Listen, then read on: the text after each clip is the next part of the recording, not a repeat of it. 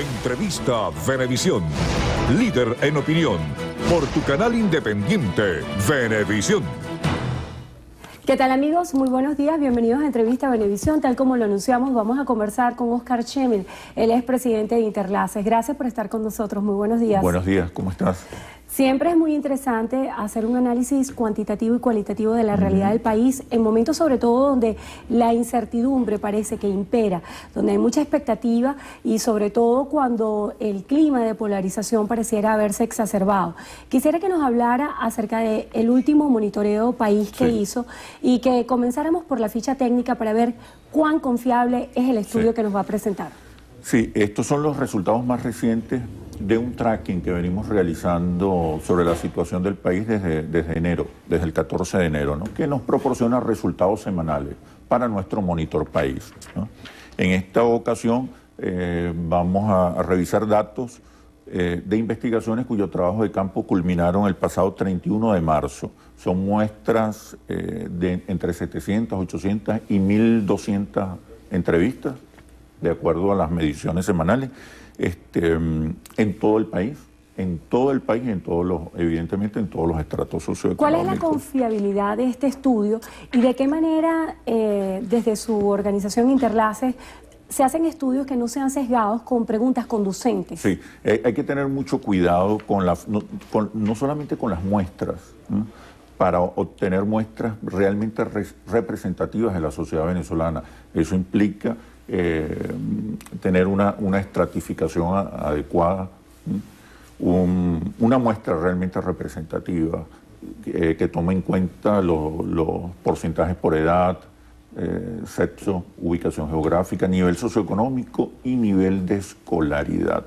que aunque no pareciera, tiene un impacto importante en las posiciones políticas y en las interpretaciones, incluso tanto o más que los ingresos. ¿En qué sentido? Los niveles socioeconómicos. ¿En qué sentido la formación académica puede ser determinante para tener una visión distinta de lo que ocurre en el país? Sí, es lo que hemos descubierto. El nivel educativo tiene mucho impacto en la conformación de las opiniones, en la identidad social, en la posición política. Es una variable clave para el análisis, ¿no?, que nosotros hemos identificado con mucha claridad. Uno de los temas que tocamos, recuerda que son estudios permanentes. Uno de los temas que tocamos es el de los medios de comunicación. El 59% de los venezolanos confía más para informarse en la televisión. 59%, o sea, televisión nacional, por cable o televisión regional. Solo el 19% utiliza los portales, el Twitter y el Facebook para informarse. Y el 12% utiliza los periódicos, ¿no? Vemos que el Twitter es apenas el 9%, los portales de noticias el 7% y el Facebook el 3%. Yo quisiera detenerme un momentico en este punto, ¿no? Porque el impacto de las redes sociales ha sido determinante en todo lo que ha sido las organizaciones de protestas, que incluso han llevado análisis de cómo ha habido una guerra a través de las redes sociales, por darle alguna denominación, con posicionar hashtags que definen a cada uno de los grupos políticos. Entonces yo quisiera saber cuán confiable es este estudio en ese sentido, cuando ni siquiera en Venezuela existe una cifra certera de cuántos usuarios existen de Twitter. Lo que sí es cierto es que muchos estudios coinciden en que Venezuela es uno de los países que tiene más usuarios de Twitter. Sí, bueno, vemos que para marzo del 2014 el 19% de los venezolanos prefiere las redes, sean portales, Twitter o Facebook, para informarse, pero se ha sobredimensionado el papel del Twitter específicamente, ¿no? Tiene un alcance limitado en sectores muy específicos en la sociedad, clases medias, clases altas, menores de 34 años, ¿no?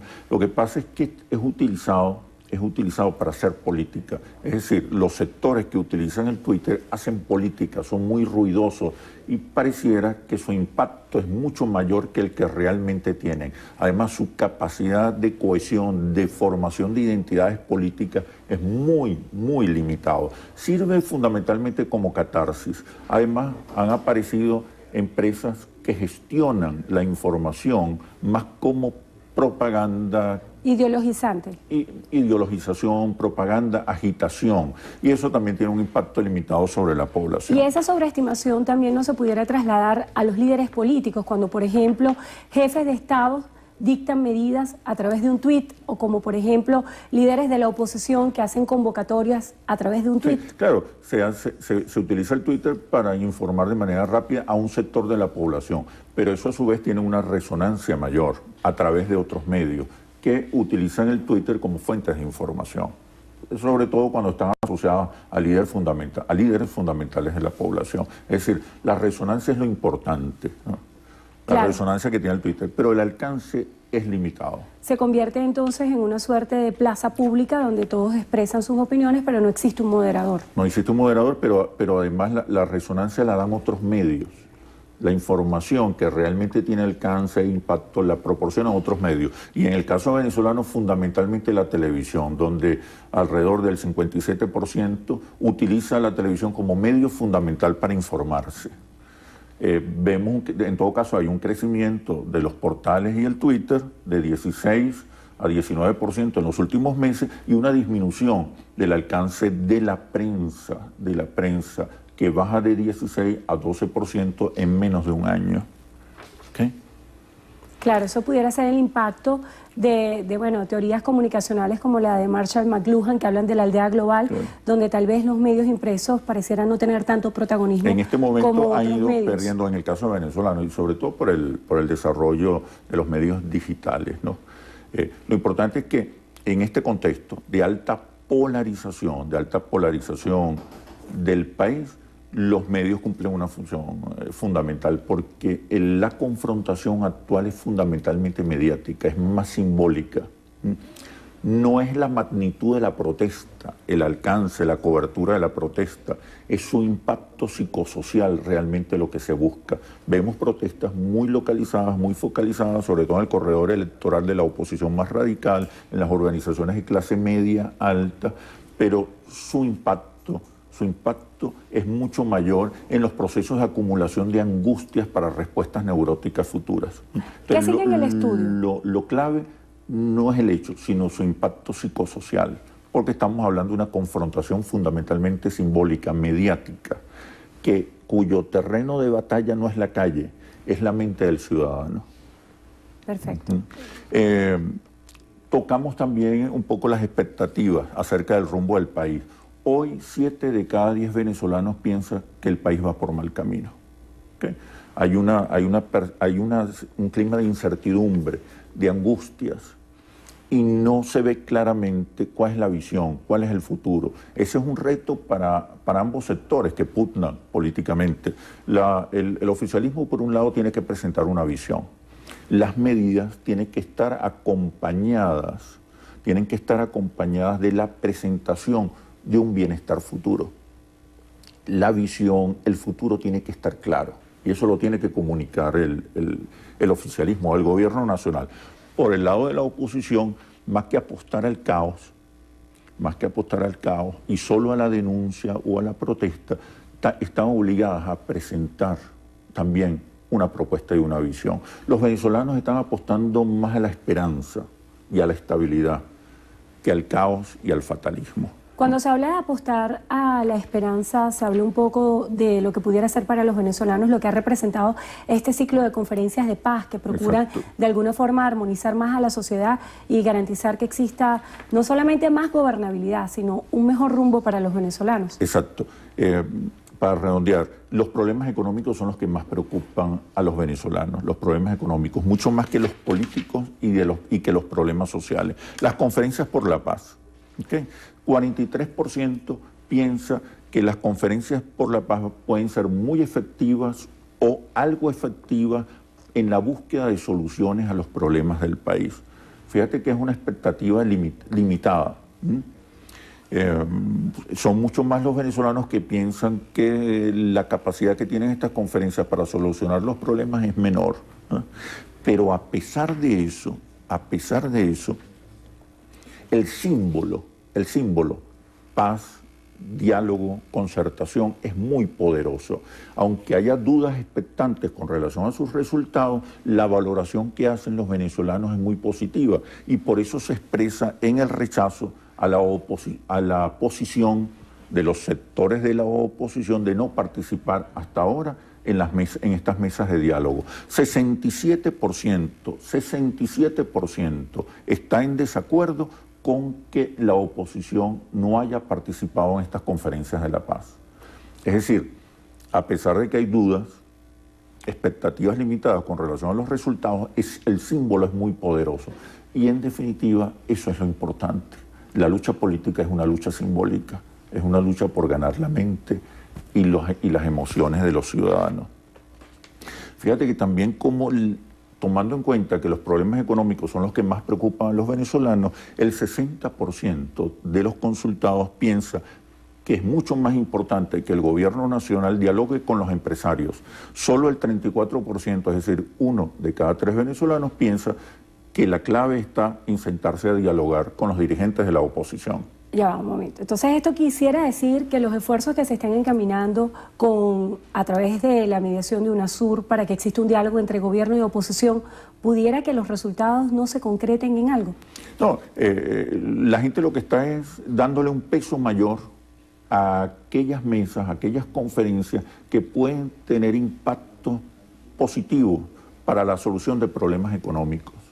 Si los problemas económicos son los más importantes, es decir, el desabastecimiento, la inflación, el desempleo, si esos son los problemas más importantes, entonces la convocatoria a los empresarios, a los sectores productivos, se valora mucho más que la convocatoria a los sectores políticos. No es que una excluya a la otra, es donde la gente está colocando el énfasis, a partir de la comprensión de cuáles son sus problemas fundamentales. Y el problema fundamental es económico y ahí los empresarios juegan un papel fundamental. Por eso el llamado reciente del presidente Maduro a abrir, a flexibilizar el modelo económico para ampliar la base social de apoyo e incorporar a los factores productivos en la solución de problemas tan fundamentales como el desabastecimiento y la inflación.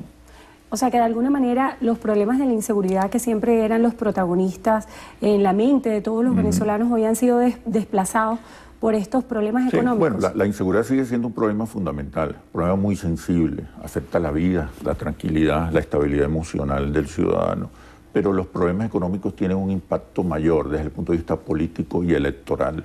La inseguridad no tumba gobiernos, la economía sí debilita a los gobiernos. Volviendo un poco al tema de la necesidad de diálogo, ya hemos visto algunos avances en reuniones preliminares que se han llevado entre el Ejecutivo y la oposición, y en las próximas horas se espera que se concrete efectivamente el diálogo a través de una cadena nacional donde todos los venezolanos van a ser partícipes de este proceso. La figura de la mediación, que se había avisorado como una posible solución, la figura del Papa como orientador, la figura del Vaticano, ¿cuál ha sido la valoración que se le da en este sentido? Le preguntamos a los venezolanos su opinión acerca de la mediación internacional. El 68% de los venezolanos, 7 de cada 10 venezolanos, piensa que la mediación internacional es muy necesaria y algo necesaria. ¿Okay? Yo creo que esto es importante porque pareciera que los procesos de acumulación de angustia están provocando no tanto respuestas neuróticas, sino respuestas preventivas. Se trata de una angustia preventiva, es decir, hay más temor al caos que respuestas neuróticas. Lo que ayuda a la gente a ubicarse en una dimensión más positiva para la solución de los problemas. 68% valora positivamente la mediación internacional. Le preguntamos también a los venezolanos sobre la mediación del Papa Francisco.